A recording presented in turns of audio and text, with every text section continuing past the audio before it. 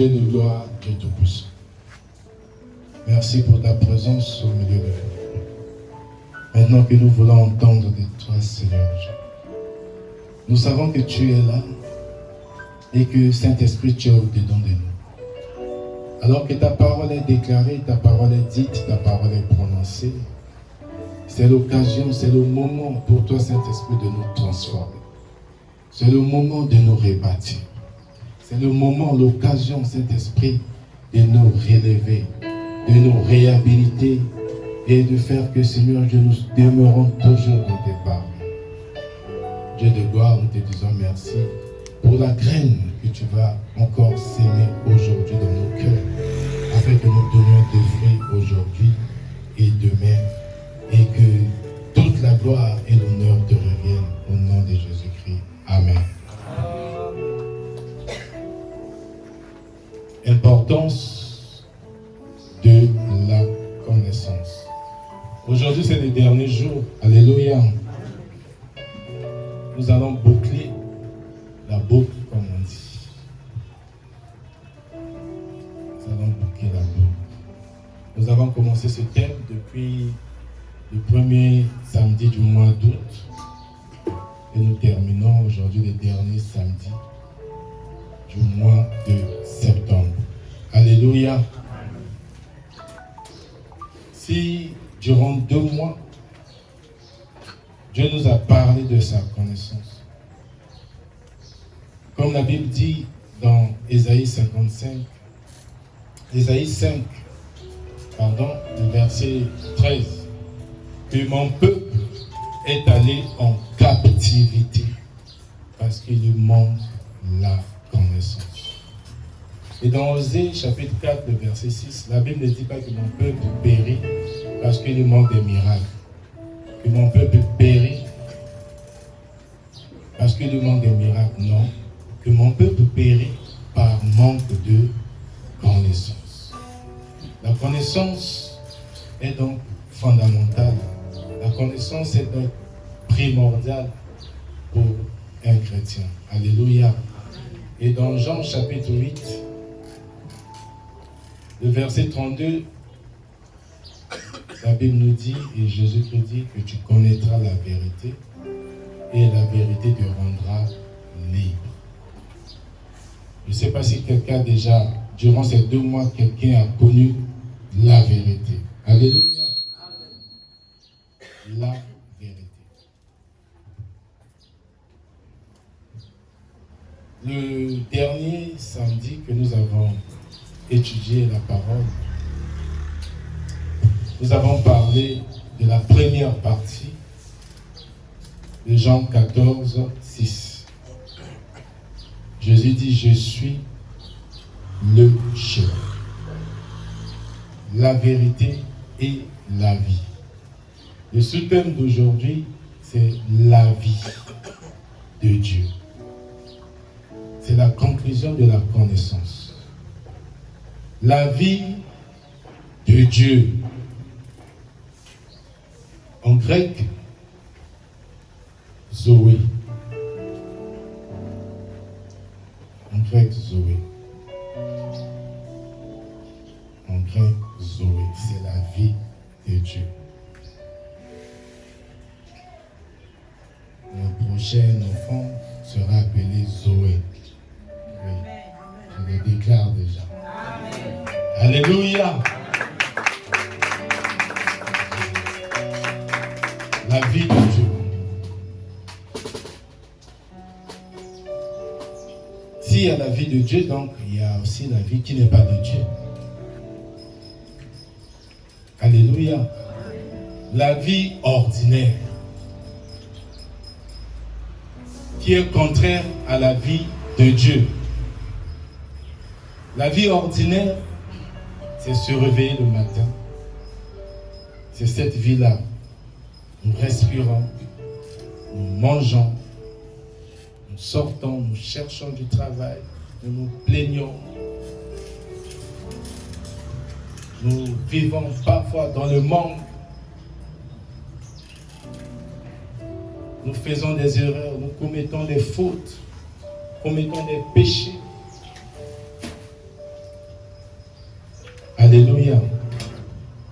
ça la vie ordinaire. Mais la vie dont nous parlons aujourd'hui, dans Jean chapitre 5, verset 26. Car, comme le Père a la vie en lui-même, ainsi il a donné au Fils d'avoir la vie en lui-même. Alléluia. Car, comme le Père a la vie en lui-même, ainsi il a donné au Fils d'avoir la vie en lui-même. C'est ça la vie de Dieu. Jean 5, 26 nous parle de la vie qui est celle de Dieu. La vie dont nous avons perdu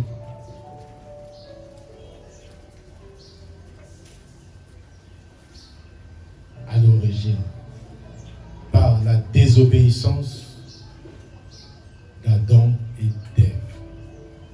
Quand Adam et Ève ont désobéi à Dieu, Dieu a retiré cette vie, a retiré la vie de Dieu. Et il ne restait que la vie qui est la vie ordinaire. Alléluia. Dans Genèse chapitre 2, à partir du verset 15,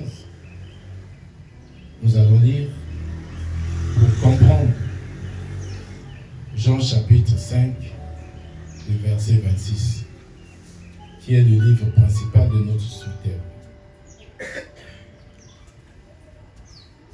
Genèse 2, chapitre 15. Vous y êtes? L'Éternel Dieu prit l'homme et le plaça dans les jardins d'Éden pour le cultiver et pour le garder. L'Éternel Dieu donna cet ordre à l'homme.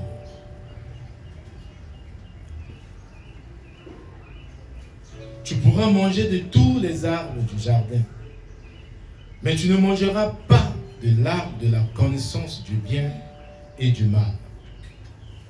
Car le jour où tu en mangeras, tu mourras. Alléluia. Et quand vous lisez le chapitre 3, Ève.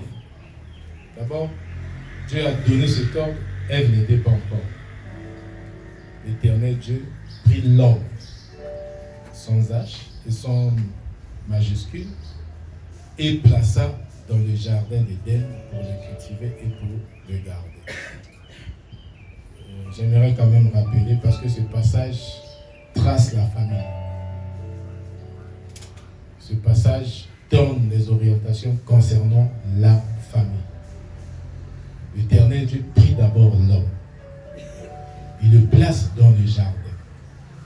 La Bible dit, pour le cultiver. Il n'a pas placé dans le jardin juste comme ça. Il y avait un but, cultiver et garder.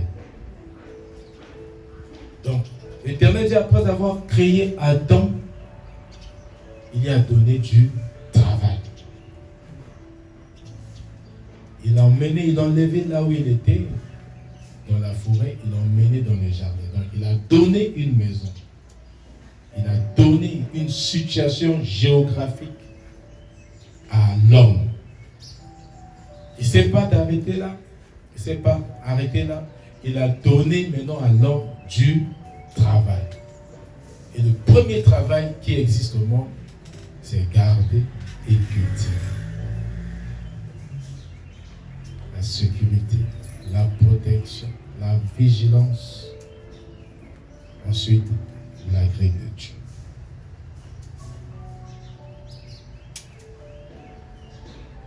Il n'a pas laissé là, il a donné un principe à l'homme. Il a dit, tu peux manger de tous les fruits des arbres. Mais les fruits de l'arbre de la connaissance du bien et du mal, tu n'en mangeras pas. Le jour où tu en mangeras, tu mourras. Quand vous lisez la suite, Ève a mangé.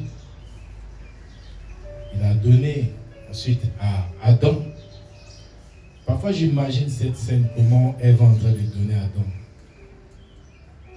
Avec beaucoup de tendresse, beaucoup de douceur. À l'époque, il n'y avait pas encore bébé, chéri, mais il l'appelait Seigneur. Vous pouvez transporter ça au temps d'aujourd'hui. Donc, il devait dire, bébé, ah, moi j'ai mangé, toi tu ne manges pas. Bébé, mange. N'est-ce pas, c'est pas moi que Dieu a mise à tes côtés. Donc moi je mange, toi tu ne manges pas. Parce que Adam était sévère, parce que c'était lui qui avait reçu le commandement. Et il a dit à sa femme, toi tu es venu. Dieu a dit, il ne faut pas manger. Adam était doté d'un amour immense pour sa femme. Tellement sa femme était mal à l'aise, le mari a fini par manger. Dès lors, Dieu a retiré la vie. Il n'a pas retiré une vie, mais il a retiré sa vie. Parce qu'il avait dit que le jour où vous en mangerez, vous mourrez. Et l'homme est mort. À partir de ce jour, tout le monde naît, tout le monde à la naissance est mort. Alléluia. Tout le monde à la naissance est mort. Pour le bébé, voilà l'acte que nous commençons à lui donner la vie de Dieu. Parce que pour sortir, on vient. C'est une naissance, mais quand on est mort. Je ne sais pas si quelqu'un comprend quelque chose. Maintenant, nous recevons la vie de Dieu. Quand nous connaissons, nous reconnaissons que Jésus-Christ est le Fils de Dieu, qu'il est mort sur la croix pour toi, qu'il est ressuscité des morts pour toi, et il est assis à la droite du Père. Là, tu reçois maintenant la vie. La vie de Dieu revient en toi. Donc, il y a des gens, depuis leur naissance, ils vivent mais sans vivre. Alléluia. Ils ont une vie ordinaire. Une vie remplie de conséquences de malédiction. Une vie de condamnation. Selon ce qui est écrit dans Romains chapitre 10, le verset 9 au verset 10. C'est là où la vie commence, la vie de Dieu. La vie Zoé.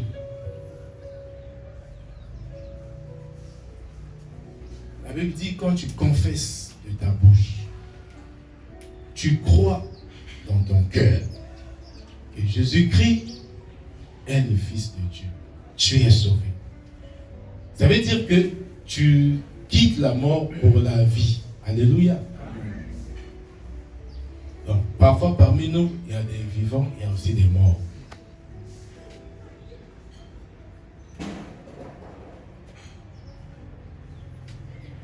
Voilà.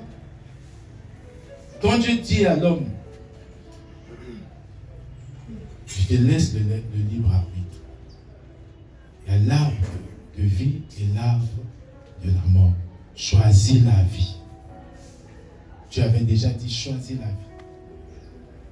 Il a laissé le libre arbitre, mais il a demandé, il a voulu influencer, impacter sa décision. Pour dire que la mort, c'est pas bon, mais choisis la vie. C'est pour ça dans Jean chapitre 14, le verset 6 que nous avons lu la fois dernière, Jésus dit, je suis le chemin. On a déjà parlé de ça. Il n'est pas un chemin, mais le chemin. La vérité et la vie. Donc, la vie, nous vivons réellement quand nous devenons enfants de Dieu. Comment nous devenons enfants de Dieu? Nous avons cité Romains chapitre 10. Le verset 9 et le verset 10. Et quand tu reçois cette parole, c'est là où Jean chapitre 1, verset 12 dit, à tous ceux qui l'ont reçu, il a donné le pouvoir. Il a donné le droit. C'est un droit de devenir enfant de Dieu. La nouvelle naissance. La régénération. Alléluia. Tu n'es plus né seulement du sang de tes parents.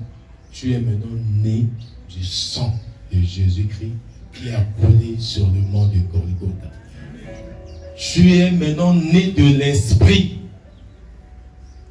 Et c'est là où tu vis. La vie commence. Tu peux aussi avoir cette vie et tu étouffes cette vie-là, qui est la vie de Dieu. C'est maintenant le problème des chrétiens. Il y a une première manche, devenir chrétien, vivre. Alléluia. Amen. Je ne sais pas s'il y a parmi nous des morts. Les morts, ce sont ceux qui n'ont pas encore reçu Jésus-Christ. Il est né mort. Et tu dois choisir la vie.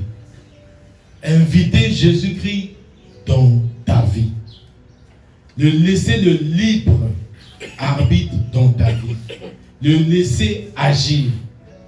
Il y a certaines personnes qui ont été baptisées d'une manière ou d'une autre, mais sans recevoir Jésus.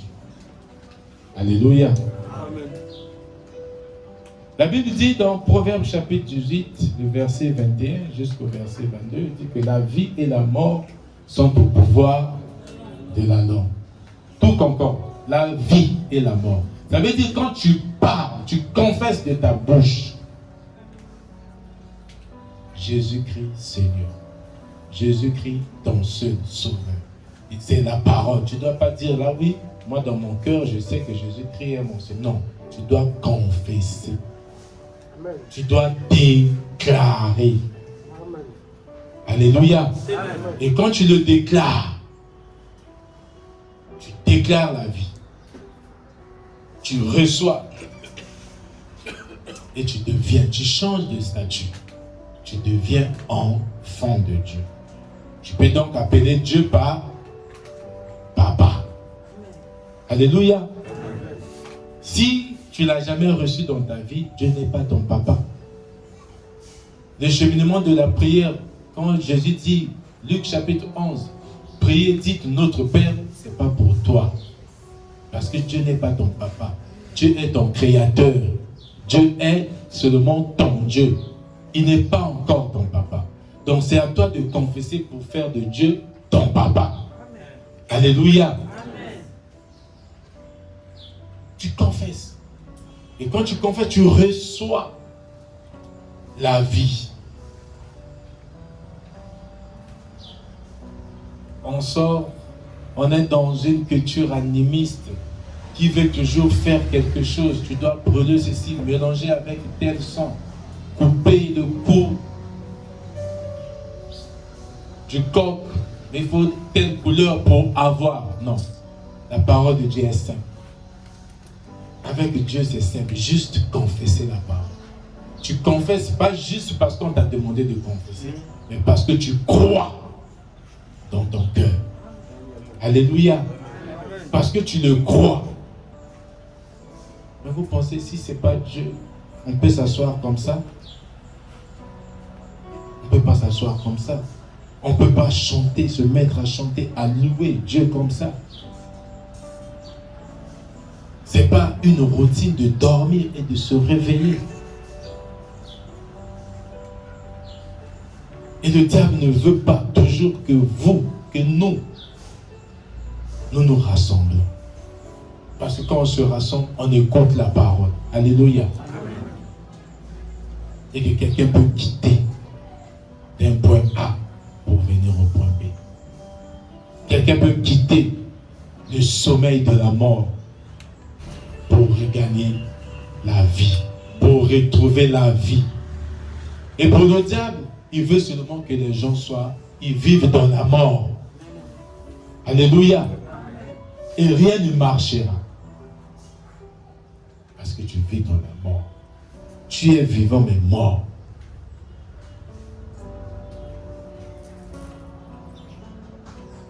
Alléluia. Mais quand tu as cette vie-là, qu'est-ce qu'il faut faire? Parce que le Saint-Esprit vient, il fait de toi sa maison. Il fait de toi sa maison. Tu deviens le temple de Dieu. Une maison ambulante du Saint-Esprit. Christ vit maintenant en toi. C'est là où Paul dit dans Galates chapitre 2, le verset 20. Tu as été crucifié avec Christ. Mort avec Christ. Ressuscité avec Christ. Si je vis maintenant, ce n'est plus moi qui vis, mais Christ qui vit en moi. Là, Paul parle maintenant de la vie. Il est mort avec sa vie ordinaire et il s'est réveillé, ressuscité pour vivre une vie sauvée. Amen. Alléluia. Amen. La vie sauvée, qui est la vie de Dieu. Ces deux vies ne se mélangent pas.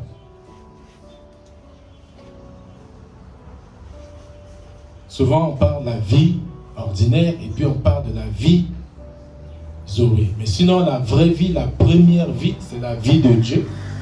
Parce que c'est cette vie-là quand Dieu a fait dormir. Il a fait la forme sur la terre, il a formé l'homme, il a donné la forme et il a mis sa vie. Alléluia. Est-ce que quelqu'un peut dire, Seigneur, merci pour ta vie? Seigneur, merci. Non. Ne parlez pas avec votre bouche. Parlez avec votre cœur. Dis, Seigneur, merci pour ta vie. Tu parles par la bouche, mais c'est ton cœur qui parle. Alléluia. Parce que la vie, ça vient de la bouche. Tu dois confesser. Mais ce que tu confesses, ça vient du cœur. Souvenez-vous de l'enseignement. Garde ton cœur. Tu as la responsabilité de ton cœur. C'est pour ça que la Bible dit, c'est pas ce qui entre, qui suit, c'est ce qui sort. Parce que ça provient du cœur. Et dans le cœur se trouvent les sources de vie. Ce qui entre ne peut pas gaspiller, mais c'est ce qui sort. Parce que c'est ce que tu déclares, la vie. Si tu déclares la vie, ce qui sort de ta bouche, c'est la vie, c'est ça qui compte. Mais si c'est la mort, c'est ça, c'est la mort aussi que tu vas récolter. Parce que la Bible dit, quiconque en veut, en mangera des fruits. Alléluia. Amen. Mais comment avoir cette vie?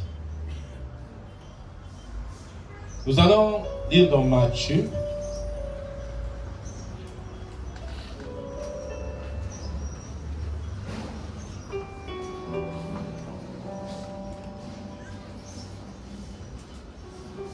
Matthieu, chapitre 22, du verset 36. On va s'arrêter d'abord au verset 38.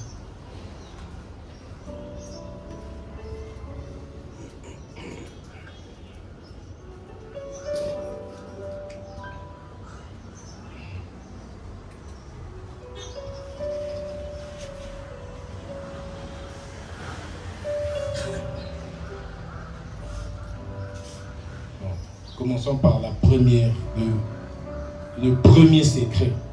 Là, je trouve que... Commençons par Matthieu 10. Oui, Matthieu 10, 37. C'est ce que j'ai dit. Matthieu 10, 37. On va s'arrêter au verset 39. Matthieu 10. Le verset 37. Nous lisons au nom du Seigneur. Celui qui aime son Père. Celui qui aime son père ou sa mère plus que moi n'est pas digne de moi. Et celui qui aime son fils ou sa fille plus que moi n'est pas digne de moi. Celui qui ne prend pas sa croix et ne me suit pas n'est pas digne de moi. Verset 39. Celui qui conservera sa vie la perdra. Et celui qui perdra sa vie à cause de moi la retrouvera. Alléluia. Qu'est-ce que le Seigneur veut nous apprendre ici? Qu'est-ce que le Seigneur veut nous apprendre?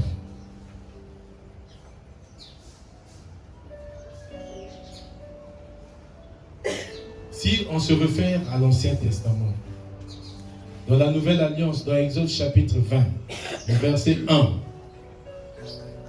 pour mieux comprendre ce passage, la Bible dit: alors tu prononças toutes ces paroles en disant, verset 2, je suis l'Éternel, ton Dieu, qui t'ai fait sortir du pays d'Égypte, de la maison de servitude. Tu n'auras pas d'autre Dieu devant ma face. Exode 20.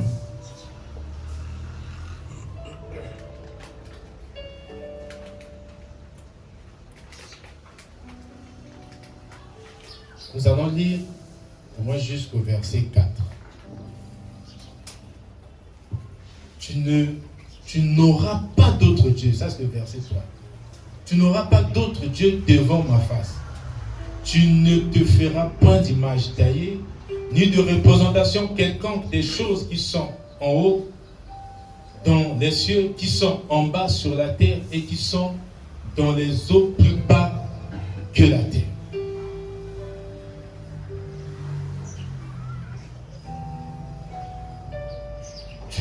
Tu ne te prosterneras point devant elles et tu ne les serviras point. Car moi, l'Éternel, ton Dieu, je suis un Dieu jaloux. Alléluia. Amen. Je suis un Dieu. Dieu te dit qu'il est jaloux. Il ne veut pas que tu serves d'autres dieux.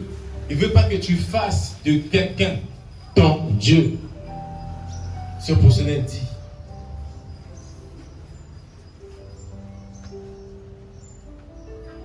dans Matthieu chapitre 10 que nous venons de lire,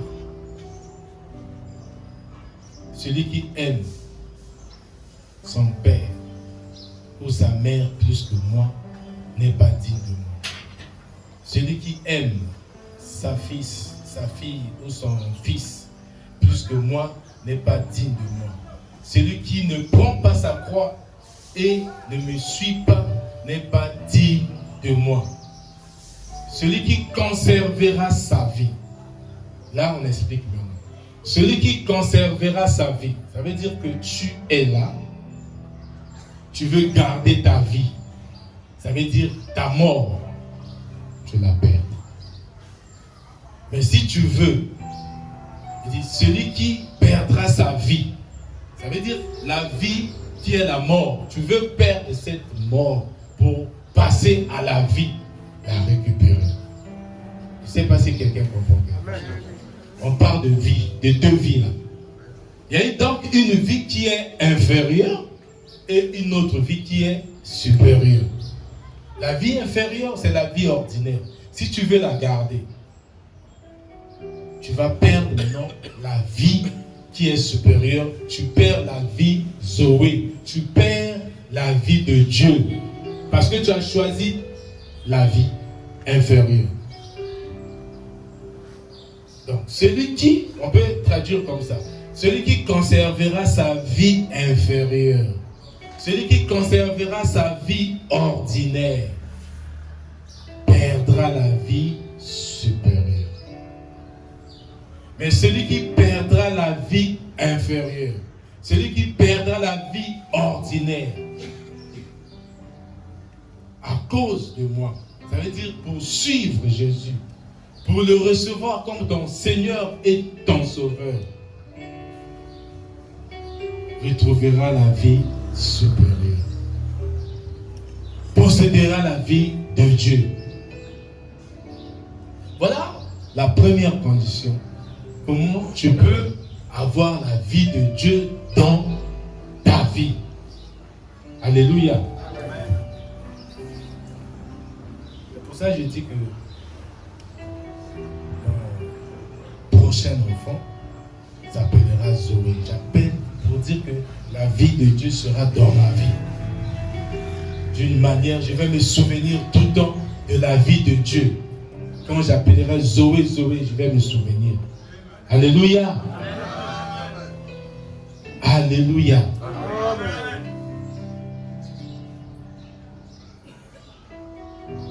Et si tu veux garder, conserver cette vie qui est ordinaire, qui est remplie d'amertume, remplie de problèmes, remplie d'injustice, tu perdras la vie Zoé, la vie de Dieu. Tu n'auras pas la vie de Dieu. Tu dois donc chercher la vie supérieure. Que de vivre dans une vie inférieure que nous avons détectée, que nous avons déterminée. Et nous avons su que cette vie n'est pas la vie, mais c'est la mort. Parce que depuis, après la chute, il y a eu la mort. Et si tu ne rencontres pas Jésus, tu ne le reçois pas, tu continues de vivre dans la mort. Alléluia. Mais à quoi bon vivre dans la mort? Vouloir vivre toujours dans la mort. À quoi bon?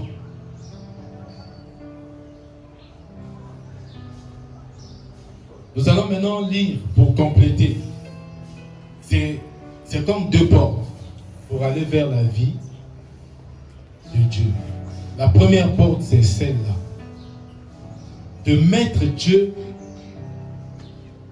au premier rang de ta vie, au premier plan de ta vie. Ouvrez vos Bibles dans Genèse, chapitre 1. On va lire seulement les 3 premiers mots. Genèse, chapitre 1, verset 1. Les 3 premiers mots. Alléluia. C'est ce que Dieu veut. C'est la première porte pour avoir la vie de Dieu. Et c'est les premiers 3 mots qui nous orientent pour avoir la vie de Dieu. C'est-à-dire faire de Dieu ta priorité. Alléluia. Ce passage dit quoi?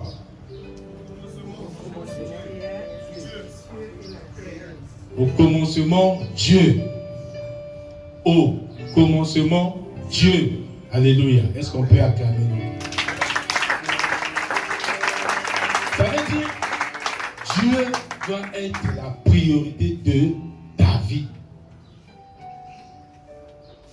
Tu ne dois pas chercher la vie inférieure. Tu ne dois pas privilégier la vie ordinaire. Au commencement de toutes choses, Dieu. Dieu le premier dans ta vie. Dieu. Quand tu te réveilles, est-ce que c'est Dieu? D'abord, quand tu te réveilles, tu te rends compte que tes yeux sont ouverts. C'est ça le réveil. Tu te réveilles et puis tu te lèves. On se réveille d'abord, on se lève après. Mais toi, quand tu te réveilles, ça veut dire que tu te rends compte que tes yeux sont ouverts. Est-ce que Dieu est là? Alléluia. Qu'est-ce que tu fais? Est-ce que tu passes d'abord le moment avec Dieu? Au commencement, Dieu. Alléluia. Quand tu ouvres les yeux, quoi? Dieu. Parce que c'est Dieu qui t'a permis. C'est Dieu qui a ouvert tes yeux. Ne cherche pas d'abord, je vais d'abord faire ceci, je vais d'abord faire cela, ensuite je vais prier. Non. Les prémices. La dîme, c'est au quotidien. C'est ça. La dîme, les prémices de ce que tu as. C'est ça la dîme que tu dois donner tous les jours à Dieu. La dîme ne se résume pas à l'argent.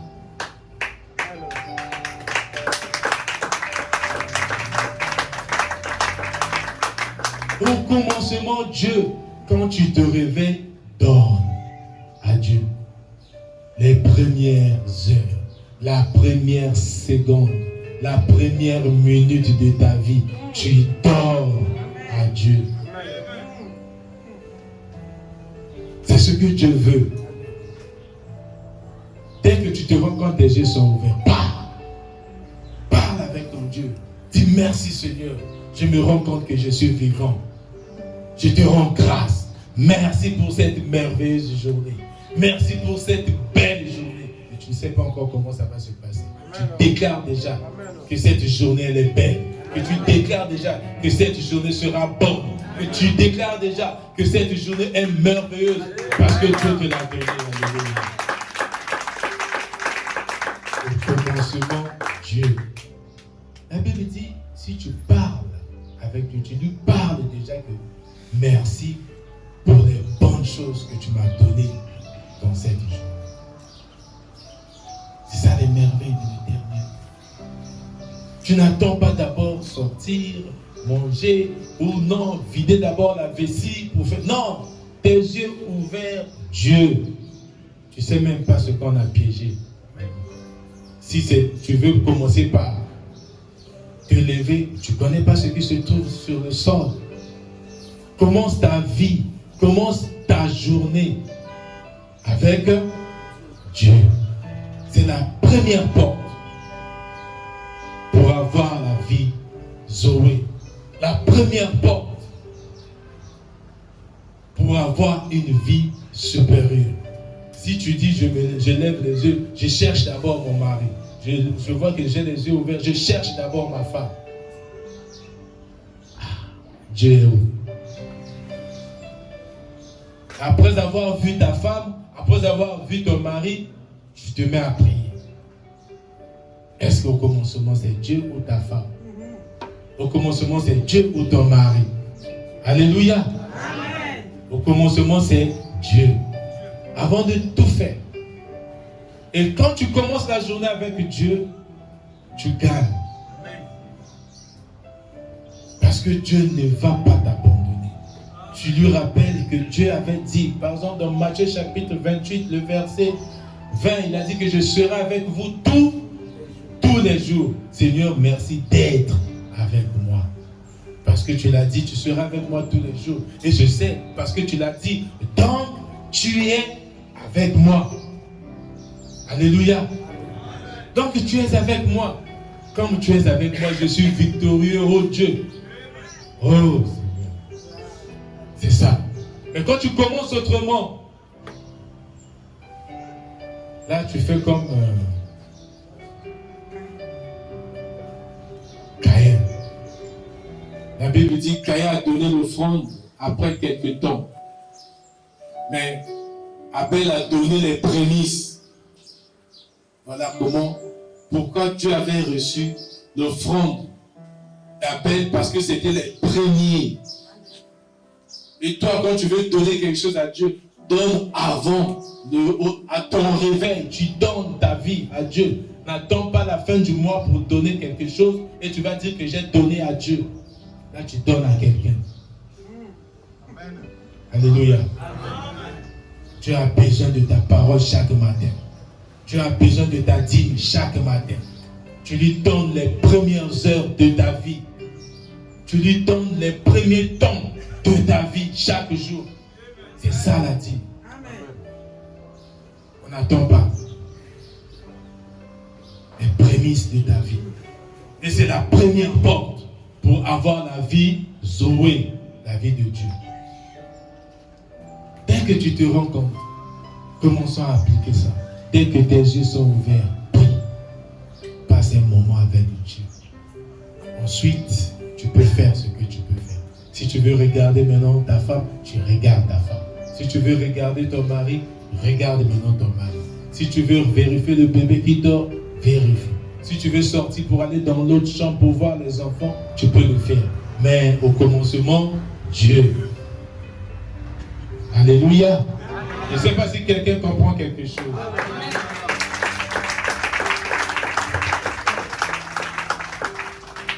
Voilà la première porte, la toute première porte pour avoir cette vie. C'est mettre Dieu au premier. Maintenant dans Matthieu chapitre 22.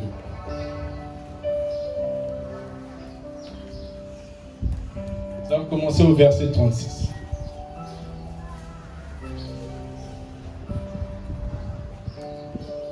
Matthieu chapitre 22, le verset 36. Vous y êtes?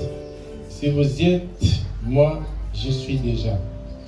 Maître, quel est le plus grand commandement de la loi? Vous savez, il fut un temps, pour avoir la bénédiction, il fallait obéir à la loi. Et la loi, il y avait 613 lois. 613. Tu ne peux pas être béni comme ça. Avec 613 commandements, 613 lois. Tu ne pouvais pas être béni. Donc, l'existence de la loi montrait le besoin d'un sauveur. Le fait qu'il y avait la loi, il fallait qu'un sauveur arrive. Parce qu'on ne pouvait pas être sauvé par la loi. On ne peut pas être sauvé par la loi. C'est pour ça que Jacques dit dans Jacques chapitre 2, dans son deuxième chapitre, le verset 10, que quand tu enfreins à une seule des lois, à un seul des commandements, tu enfreins les 10. Sur les 10 commandements. Et personne ne peut tout respecter. Personne. Sur les 6, on se met à lire les 613 lois. Vous allez se rendre compte que personne ne peut être béni, personne ne peut regagner Dieu, personne ne peut avoir la vie de Dieu. C'est pour cela que le Saint-Esprit n'était pas là. Il descendait seulement, il faisait une action puis il repartait. Il fallait la croire. C'est pour ça le livre de Colossiens, comme Paul dit au Colossiens chapitre 2, le verset 14, il a dit qu'il a cloué, il a effacé l'acte de l'ordonnance qui vous condamnait. Alléluia. Donc le livre des 613, il a déchiré ça sur la loi, sur la croix, pardon. Voilà. Est-ce que quelqu'un peut dire, Seigneur, merci pour la croix? Oh, alléluia. C'est la croix. La croix. Sinon aujourd'hui, tu ne peux pas, tu ne peux pas, mon bien-aimé, mon frère, ma soeur, tu ne pouvais pas aujourd'hui s'asseoir comme ça et vivre une vie d'abondance. Jésus dit dans Jean chapitre 10, avant de poursuivre, Jean chapitre 10, verset 10, il dit, le voleur vient pour détruire, égorger, tuer, mais moi, il y a toujours un mais moi. Je déclare un mais moi dans la vie de quelqu'un. Alléluia. Mais moi. Comme rien ne marche, souviens-toi, mais moi. Jésus dit à quelqu'un, mais moi. Je suis venu pour vous donner la vie. Ça, c'est quelle vie? C'est pas la vie où tu veux dire, non, Jésus avait dit que il est venu pour me donner la vie. Je dois vivre la vie. Non. Ça, c'est la mort. Lui, il est venu pour te donner la vie Zoé. Et cette vie de Dieu, cette vie divine avec abondance. C'est-à-dire qu'il y a plus de vie. C'est la vie qui est remplie de grâce. La vie qui est remplie de la présence de Dieu. La vie qui est remplie de joie, de paix, d'amour, d'harmonie. Alléluia. C'est cette vie-là, la vie que Jésus a apportée. Tu vois quelqu'un là, je dois manger, boire, faire tout parce que Jésus est venu me donner la vie en abondance. Non! Il a dit qu'il est lui-même là. La vie, il est venu te donner. Il s'est donné pour toi. Il te donne, donc tu dois vivre. Donc ça veut dire que toi, tu dois disparaître. Comme Paul a dit, ce n'est pas moi, ce n'est plus moi qui vis, mais Christ qui vit en moi. Alléluia. C'est pas la vie la vie ordinaire en abondance. Jésus n'a pas besoin de cette vie ordinaire en abondance. Il n'a pas besoin de te donner la vie inférieure. Jésus ne peut pas te donner une vie qui est inférieure. Jésus te donne la vie supérieure. Ça veut dire lui. Il t'offre à toi. Il dit dans Apocalypse chapitre 3 verset 20, voici je me tiens à la porte. Je vous ai déjà dit qu'il ne frappait pas comme ça. Il n'est pas silencieux. Il ne frappe pas comme ça. Non, pas comme ça. Il frappe et dit, un tel, Béchada, Jean, Lauréat, il frappe dans ton cœur, il t'appelle par ton nom. Il dit, celui qui entend ma voix, ouvre. Et moi j'entre. Et si tu n'ouvres pas, il ne va pas entrer. Il a dit, je suis venu pour vous donner. Donc quand il frappe là, il veut te donner la vie. Amen. C'est la vie Zoé qui te donne. C'est pas la vie que tu te réveilles, tu fais ce que tu veux sans lui. C'est pas la vie dont tu te réveilles le matin, tu te préoccupes, tu vagues à tes occupations. Mais Jésus n'est pas là. Tu roules dans une belle voiture, mais sans Jésus. Tu vis dans une belle maison, mais Jésus n'est pas là. Amen. Alléluia. Amen. Tu fais une activité, tu fais ton business, mais Jésus n'est pas dans ton business. Amen. C'est pas la vie. Ça veut dire que tu continues à vivre inférieurement. En fait, tu continues à vivre dans la mort. Parce que, comme j'ai dit, tout le monde est né mort. Tout le monde n'est pas mort-né. Il est né mort. Et il y a parfois des morts-nés. Il est né. Tu as la vie. Mais une vie qui ne vit pas. Et Jésus est venu pour te donner la vie. Réalise. C'est pour ça que Paul dit dans Colossiens chapitre 1, le verset 27, que avec Christ, l'espérance de la gloire, Christ en nous, l'espérance de la gloire. La gloire, ce n'est pas la gloire des hommes où tu passes avec des sirènes, avec des alarmes, avec... ça c'est la gloire du monde. Mais avec Christ, tu as la gloire. La vie de Dieu. Tu parles. Tu peux parler à une voiture. Tu ordonnes, tu commandes à une voiture. Tu parles à un arbre parce que Jésus l'a fait. Il maudit tout un arbre. Tu peux parler à une maladie et la maladie te quitte. Amen. Alléluia. Amen. Mais qu'est-ce qui fait ça? C'est Dieu. C'est la vie Zoé. Mais une vie comme ça, c'est une vie supérieure. C'est une vie qui est, si la vie, la première vie que nous vivons, qui est la mort, est appelée la vie ordinaire. Donc il y a une vie qui est extraordinaire. Alléluia. La vie est extraordinaire. Et tout ce que tu feras, ça sera extra.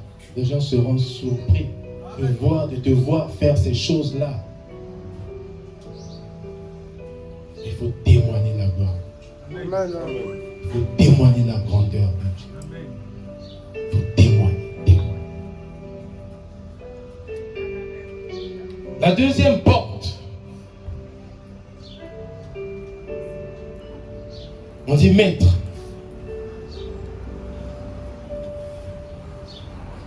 Maître, quel est le plus grand commandement de la loi? Jésus lui répondit, tu aimeras le Seigneur, ton Dieu, de tout ton cœur, de toute ton âme, de toute ta pensée. Voilà la deuxième porte pour avoir la vie de Dieu. Tu ne dois pas aimer les gens plus que Dieu. Tu dois aimer Dieu plus que les gens. Tu dois aimer Dieu plus que les choses. Parce que c'est Dieu qui donne les choses. C'est Dieu qui donne les gens. Amen. Alléluia. Amen. Tu aimeras Dieu de tout ton cœur, de toute ton âme et de toutes tes pensées. Est-ce que en ce moment, tu n'es pas en train de penser à quelque chose autre qui est contraire à Dieu? Tu n'es pas en train de bâtir des stratégies qui ne glorifient pas Dieu? Est-ce que tes pensées, du matin au soir, sont orientées vers Dieu?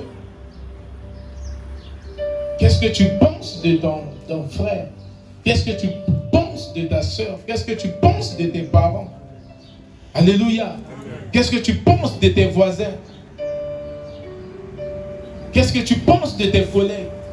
Est-ce qu'en pensant à eux, Dieu est là? Alléluia. Amen. Est-ce que Dieu est là? Dieu se retrouve dans tes pensées.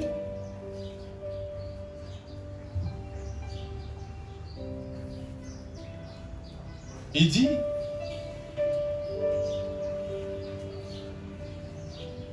c'est le premier et le plus grand des commandements. Donc c'est la porte. Si aujourd'hui tu entres dans cette porte, tu as la vie de Dieu, mais pour vivre cette vie de Dieu, tu dois aimer Dieu plus que tout. Alléluia. Amen. Mais comment tu peux aimer Dieu si tu n'aimes pas sa présence? C'est paradoxal. Tu ne peux pas dire au fond de toi, j'aime Dieu. Et tu n'écoutes aucune chanson chrétienne. Tu dis, oui, Dieu voit le cœur, j'aime. Et oui, il voit réellement ton cœur, mais tu ne l'aimes pas. Alléluia. Amen. Il voit ton cœur. Oui, Dieu voit le cœur. Oui, il voit le cœur parce qu'il est au-dedans de toi. Il voit que tu ne l'aimes pas. Tu l'as accepté, mais après, tu le mélanges avec d'autres voix. Tu le mélanges. Il n'est pas la priorité, la porte numéro 1. Dieu, priorité. Porte numéro 2. Aime Dieu plus que tout. Aime Dieu plus que tout. Tu vas me dire, comment je vais aimer quelqu'un que je ne vois pas? Il dit, c'est le premier et le plus grand commandement. Il ne s'est pas arrêté là, il dit, et voici le second, qui est semblable. Alléluia. Amen. Qui est semblable au premier. Quand on dit semblable, ça veut dire quoi? Qui est semblable? Je vais chercher la Bible en lingala aussi. Et en kituba pour traduire chaque fois les mots comme ça. C'est-à-dire c'est pareil. C'est la même chose. Comment je peux aimer Dieu que je ne vois pas? Voilà le deuxième qui est pareil. Donc, tu aimeras ton prochain comme toi-même. Il y a même des gens qui ne s'aiment pas. Ils ne s'aiment pas, Ami Lingakate. Ils regardent moi, mais ma tête là, il fallait que ça soit comme la tête d'un tel. Il fallait que j'ai des cheveux comme les cheveux d'un tel. Il fallait que Dieu me donne les yeux comme les yeux d'un tel. Il fallait que Dieu me donne les jambes comme les jambes d'un tel. Il fallait que Dieu me donne, Dieu me donne, Dieu me donne. Tu te trouves pas beau ou pas belle. Oh Dieu, tout ce que Dieu fait est bon. Acclame pour nous. Que quelqu'un dise, je suis bon ou je suis belle. Alléluia. Amen. Tu dois parler, quand tu te vois sur le miroir, tu dis oui, Zamba est beau ça. Alléluia. Acclame-toi Dieu. Tu es unique. Tu n'as pas de photocopie. Même si quelqu'un essaie d'être comme toi, il ne sera jamais toi. J'écoutais même une chanson, je disais, ce que les kinga na mola na lekio na mokusi. Ce que les kinga na bonga na lekio na bozanga. Alléluia. Oh, c'est voilà. Donc quelqu'un dit ce que il dit si tu as plus de voitures que toi, que moi j'ai plus, je fais plus de pas, je marche plus que toi. Voilà, il se contente, le contentement. Il dit, je me contente. Dieu m'a créé comme ça, je suis comme ça. Dieu ne fait pas d'erreur. Donc je suis beau.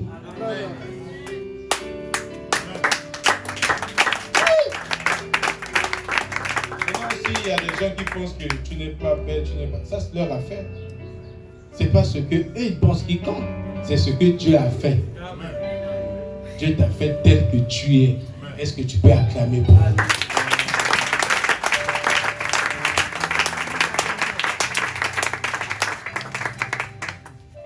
Oh non, lui, ses jambes comme ça, ou lui, sa tête. Mais toi, tu es plus important que Dieu. Dieu m'a créé comme ça, je suis comme ça. Hein? Maintenant, si tu peux me dire que dans le comportement, je suis vilain. Ça peut arriver que dans le comportement, je sois vilain. Maintenant, tu changes. Mais physiquement, tu es beau, tu es belle, ma soeur. Amen. Il n'y a pas quelqu'un comme toi. Seul au monde, l'unique au monde, ne te sous-estime jamais. Le plus important, c'est Christ qui est en toi. L'espérance de la gloire. Et que tu pourras tout faire. Le plus important, c'est ça. Ah, si tu es plus gros que moi, je suis plus mince que toi. Si tu es plus clair que moi, je suis plus sombre que toi. Voilà. Donc, toi, tu penses que tu es plus. Moi aussi, je suis plus. Je suis ton opposé. Si tu as des yeux comme ça, moi j'ai des yeux comme ça. Maintenant tu vois, qu'est-ce que tu... Moi, je te dépasse. Oui. Oh, tu as trop de cheveux, moi aussi je suis chauve. Toi tu n'as pas ça. Amen. Alléluia. Oh, on a le même âge, mais tu n'as pas de cheveux blancs. Moi j'ai les cheveux blancs. Alléluia. Voilà comment tu dois vivre. Sinon, tu vas souffrir. Et quand tu commences à avoir cette conception, tu as la vie supérieure. Parce qu'il dit, tu aimeras ton prochain comme toi-même. De ces deux commandements dépendent toute la loi et les prophètes. Ça veut dire que aucune loi est au-dessus de ces deux lois qui ne sont qu'une seule loi. Amen. Aucun prophète va te dire que ce que tu as fait quand tu aimes ton prochain, c'est mauvais. Et quand tu commences, il y a un passage, je crois, 1 Jean chapitre 3, verset 9. 1 Jean chapitre 3. Quiconque est né de Dieu ne pratique pas le péché. Parce que la sémence de Dieu demeure en lui. Et il ne peut pécher parce qu'il est né de Dieu. Voilà la conscience. Ce que nous devons retourner tout en nous. On ne doit plus pratiquer le péché. Tu peux commettre et non pratiquer. Tu ne peux plus vivre dans la pratique du péché. Ça veut dire que tu te réveilles, tu sais. Jésus-Christ est fils de Dieu. Le fait déjà de savoir que Jésus-Christ est fils de Dieu, tu es né d'en haut. Et tout ce que tu dois faire, tu dis, je ne dois pas vivre selon moi-même. C'est Jésus qui vit en moi. Tu imagines ce que Jésus peut faire aux autres. Ce que Jésus peut faire à la personne. Quand tu veux faire quelque chose, tu dis, c'est Jésus qui va faire. Est-ce que ce que je veux faire à mon frère, Jésus l'aurait fait? Alléluia. Amen. Et c'est ta réponse qui te donnera la ligne de conduite. Amen. C'est ta réponse. Il dit, le verset 10, c'est par là que se font reconnaître les enfants de Dieu. C'est par là. La vérité de la parole. Comment reconnaître les enfants de Dieu? C'est par là. Et puis on va encore expliquer. Quand on ne te voit pas avec les autres, Psaume chapitre 1, verset 1, Psaume 1, 1. Heureux, heureux, celui qui ne marche pas avec les impies. Heureux, celui qui ne marche pas avec les méchants. Heureux, celui qui ne s'accompagne pas par les mauvais hommes. Les gens qui sont remplis de haine, les gens qui sont remplis de colère, les gens qui sont remplis de mauvaises choses. Heureux celui-là qui ne marche pas avec nous. Alléluia. Amen. Mais heureux l'homme qui prend son plaisir à écouter la parole de Dieu. Qui prend son plaisir à écouter la parole de Dieu, à chercher tout le temps à vivre selon la parole de Dieu. Heureux celui-là.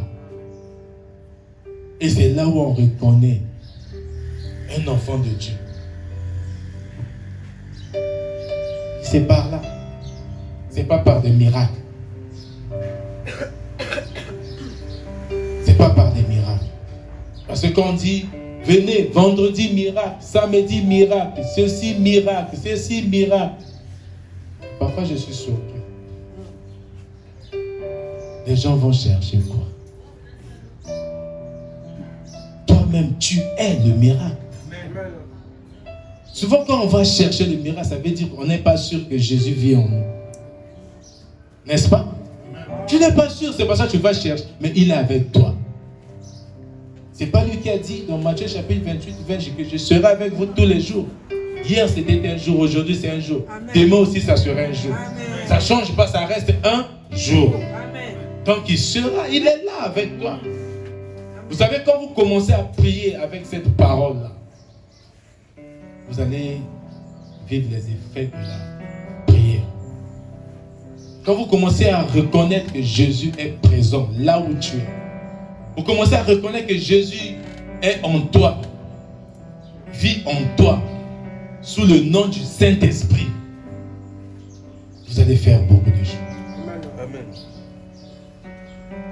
Et quand vous allez faire beaucoup de choses, n'acceptez pas que c'est vous.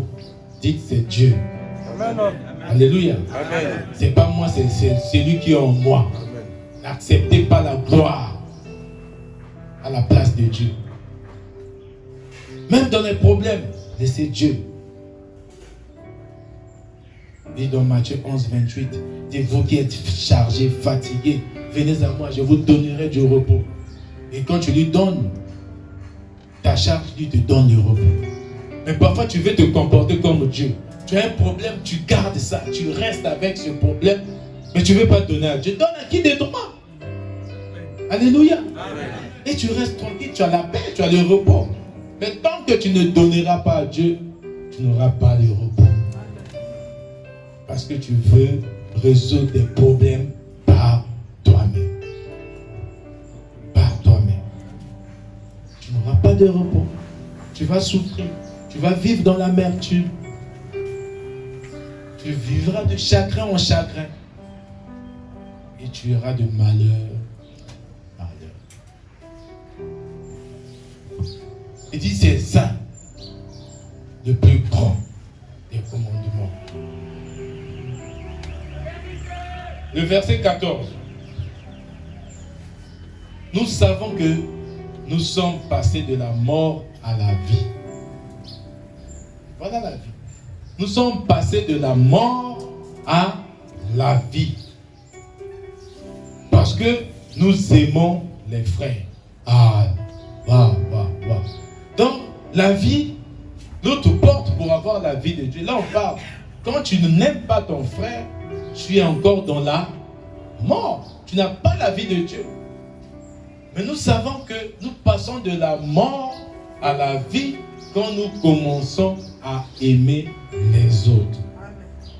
Cherche quelqu'un à aimer. Cherche quelqu'un à faire du bien.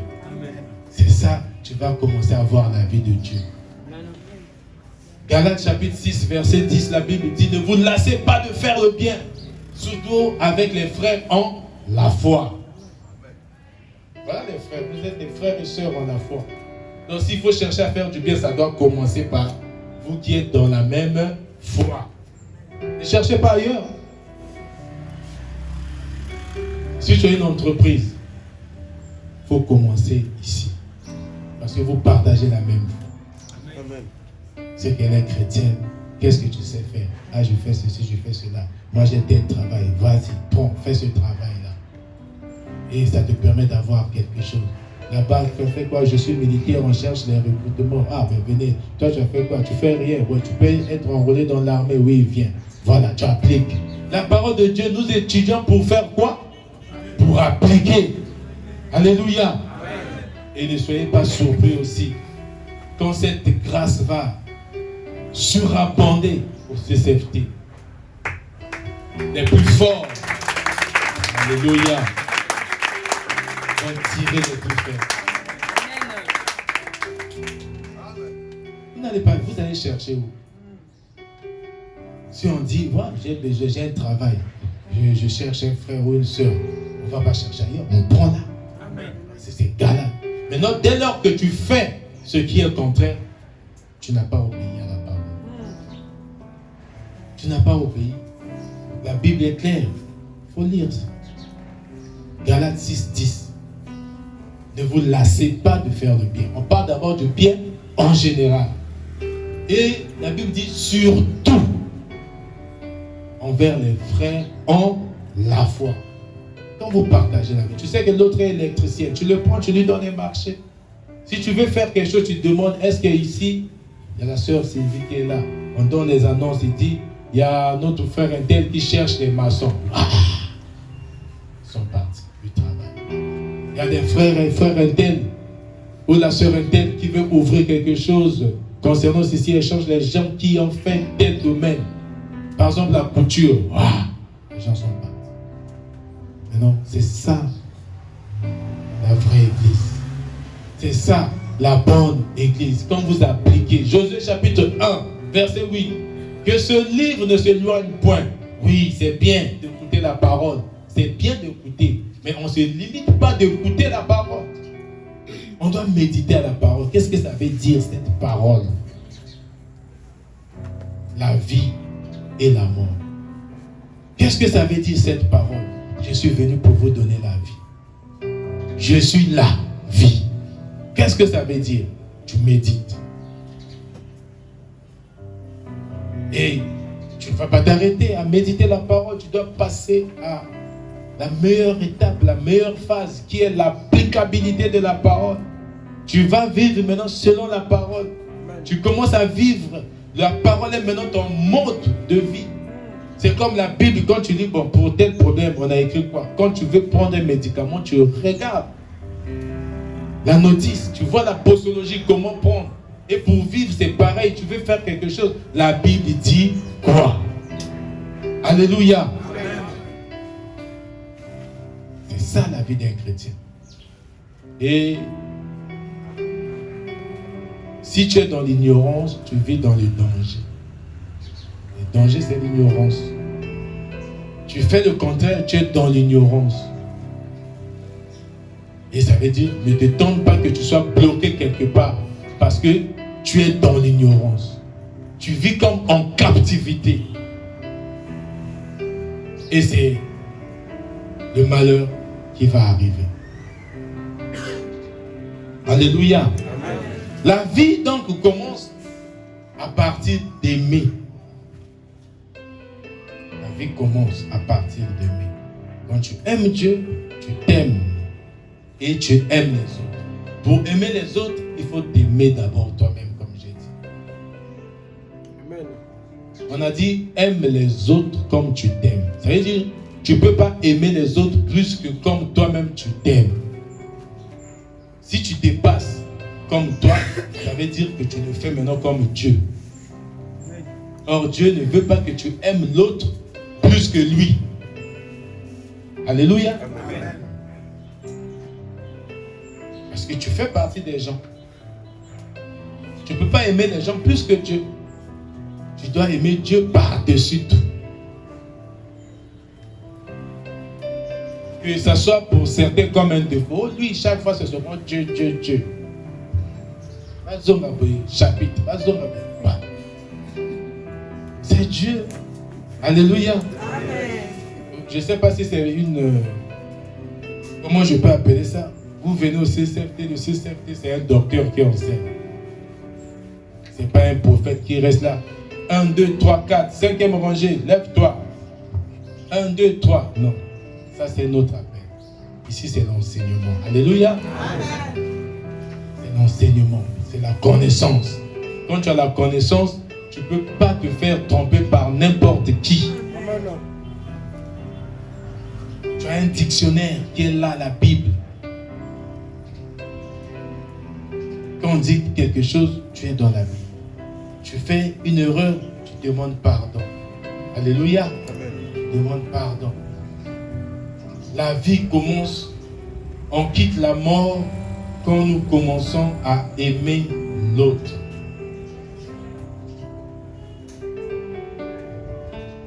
Je vais entendre beaucoup d'amour ici. Que quelqu'un dise à celui qui est à son côté, je t'aime d'un amour sincère. Si c'est une sœur, dis je t'aime ma sœur. Parce que si tu ne prononces pas, ça veut basculer à autre chose. Dis ma sœur, mon frère. Je t'aime mon frère. Je t'aime ma sœur. Alléluia. Dites-le.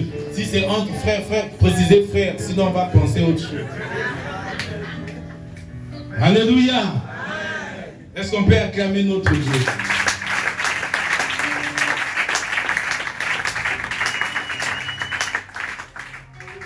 Nous allons montrer l'amour ici au CCFD. Alléluia. Parce que c'est la vie. Comme nous voulons la vie, nous allons donc nous aimer entre nous. Avant d'aller aimer celui qui passe dans la rue. Avant d'aider quelqu'un. Là on parle de celui qui aime son fils, sa fille, plus que moi, plus que Dieu. Il n'est pas digne de moi. Ça veut dire que quand tu as quelque chose, tu veux dire, ah moi j'ai mon cousin qui est quelque part là-bas. Tu commences à aimer quelqu'un plus que Dieu. Parce que Dieu dit, tu dois plus aimer celui qui est avec toi en la foi. On dit, ah, vraiment, oui. Mais tu ne le vois pas. Il y a une grâce, tu vas penser à qui? La personne qui est avec toi. Si vous travaillez ensemble, soyez seulement entre vous, je vous assure. N'allez pas côtoyer d'autres personnes qui n'ont pas la même foi que vous. La foi vient de ce qu'on entend. Ce qu'on entend, Romains 10, 17, ce qu'on entend doit donc venir de la parole de Christ. Mais si tu entends des mauvaises paroles, aujourd'hui on te dit, hey, hier, la boîte là, comment ça s'appelle? Ceux qui savent peut-être, je ne sais pas quoi. Oh, ceux qui savent. On était dans la boîte, ceux qui savent. Et c'était ce qui s'est passé là-bas. C'est terrible. Quand tu écoutes, tu dis, oh, moi, je suis affermi, ça ne va rien me faire. Ça te fera quelque chose un jour. Ça va? Mais aujourd'hui, quand on parlait de la Covid, est-ce que quand tu touches quelqu'un ou tu es avec quelqu'un de la Covid, c'est le même jour que tu as eu la Covid, tu as la Covid, ça se manifeste. On regarde, on observe 10 jours. Même la grippe, il faut observer. Le mal aussi, c'est comme ça. Tu écoutes aujourd'hui, un jour, ça va agir. Ça va commencer à te transformer. C'est pour ça que la Bible dit que les mauvaises mœurs corrompent. Les mauvaises compagnies corrompent les bonnes mœurs. Une tomate pourrie peut pourrir tout un seau de tomates. Parce que vous écoutez, il faut fermer vos oreilles à des bêtises. Il faut fermer vos oreilles. Quand tu es là, même si c'est on est dans le même bureau, on va ensemble, on est là, c'est une collègue, on est ensemble. Mais quand vous vous entendez, vous remarquez que la personne commence à débiter des choses qui ne sont pas dignes d'un enfant de Dieu. Levez-vous. Il faut fuir. Vous vous déplacez, c'est vous. On ne vous force pas. Mais si vous restez là, malheur. Malheur à vous. Malheur à celui-là. Alléluia. L'amour, c'est la porte de la vie Zoé. L'amour de Dieu. La porte de la vie Zoé. L'amour des autres, c'est la porte de la vie Zoé. Maintenant que vous avez reçu la connaissance, qu'est-ce que vous allez faire avec? Alléluia. Pendant 2 mois, vous avez reçu les informations, la connaissance. Qu'est-ce que vous allez faire avec? Qui peut dire quelque chose? Oui, mon frère. On va appliquer les paroles de la Bible. Vous allez appliquer les paroles de la Bible. Est-ce qu'on peut acclamer? Voilà. Vous avez reçu, on ne peut pas recevoir une instruction pour garder. Aujourd'hui, vous êtes tous, et les hommes et les femmes, vous êtes tous enceintes. Alléluia. Nous sommes tous enceintes. Nous sommes enceintes de la connaissance. Nous sommes enceintes de la connaissance. Qu'est-ce qu'il reste à faire? Pendant le début, ça a évolué, il faut maintenant accoucher. Alléluia. Il faut maintenant appliquer. puis il y a saturation. Parfois on souffre parce que vous ne voulez pas appliquer ce que vous avez. Il y a des gens qui refusent d'accoucher. Vous ne pouvez pas refuser d'accoucher.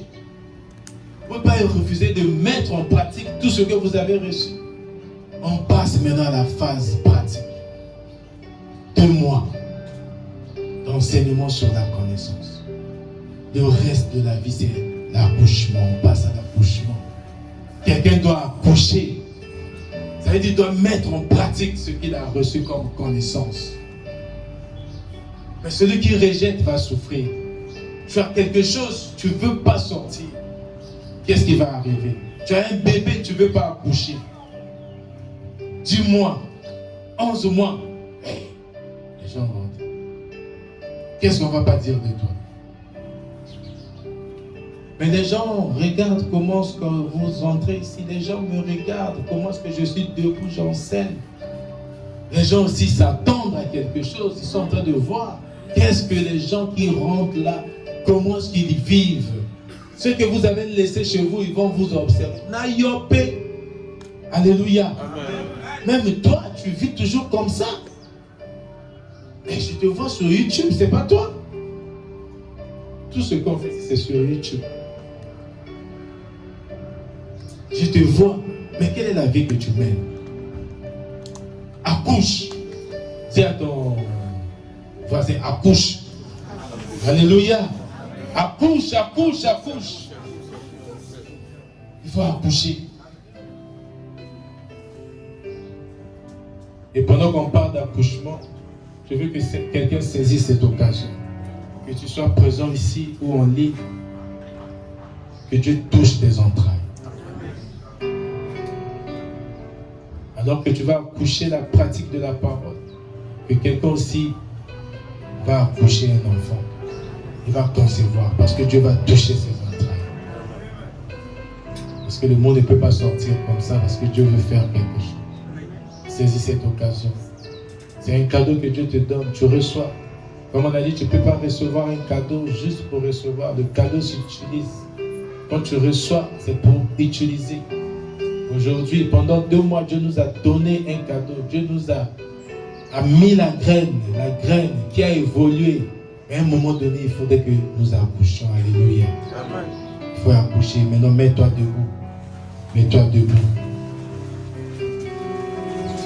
Aujourd'hui, après les informations, nous allons témoigner. On avait déjà promis à beaucoup de gens qui veulent témoigner de la grandeur de Dieu. Tu vas passer les micros 1 à 1.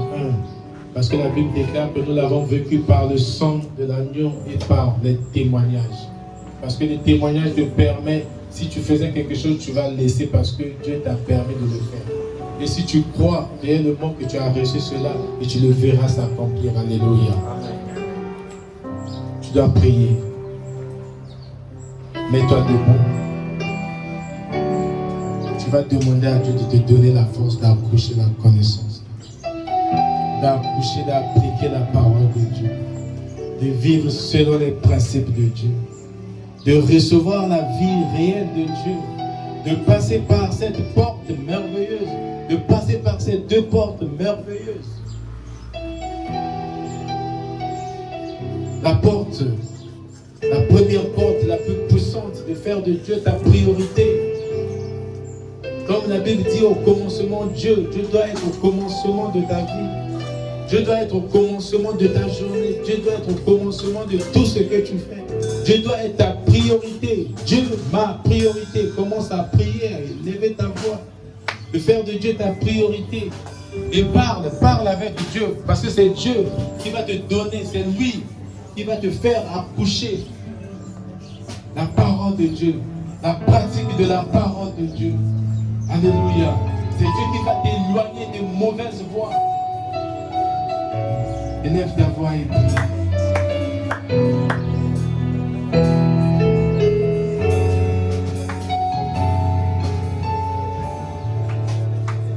Élève ta voix et prie.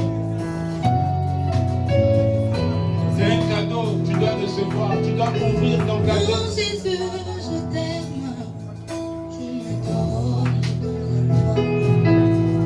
Les écailles de mes yeux tombent.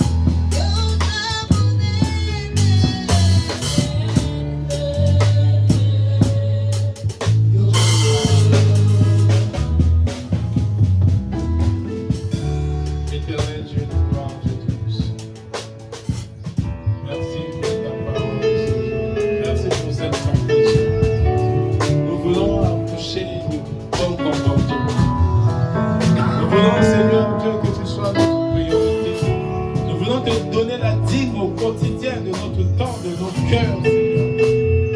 C'est pour cela que nous-mêmes, Seigneur, nous ne pouvons rien, alléluia. Car tu es si bon, tu es si grand, tu es si merveilleux. Tu fais toutes choses par rapport à ta taille, Seigneur Dieu. C'est pour cela, notre Père, nous voulons vivre tes merveilles, Seigneur Dieu. C'est la grâce que nous avons reçue depuis le mois d'août, Père éternel, en ce fin, Père éternel, en cette fin du mois de septembre, Seigneur Dieu. Nous voulons la toucher. Nous voulons vivre à ton exemple. Nous voulons te ressembler.